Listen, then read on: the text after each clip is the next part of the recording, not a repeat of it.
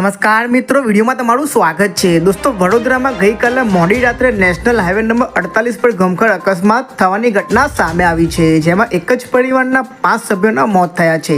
મહત્વનું છે કે જાંબુઆથી તરસાલી તરફ કારમાં જતા પટેલ પરિવારને અકસ્માત નડ્યો હતો, જેમાં રોડની સાઈડમાં ઉભેલા કન્ટેનર સાથે કાર ઘૂસી ગઈ હતી। અકસ્માત અંગે પોલીસે ફરિયાદ નોંધી છે। આ ઘટનાને અંગે મળતી માહિતી મુજબ ગઈકાલે પટેલ પરિવાર સુરતથી વડોદરા તરફ આવી રહ્યો હતો, ત્યારે રોડની સાઈડમાં ઉભેલા કન્ટેનર કારમાં ઘૂસી ગઈ હતી, જેમાં 1 વર્ષના બાળક સહિત 5 લોકોના ઘટનાસ્થળે જ મોત થયા છે।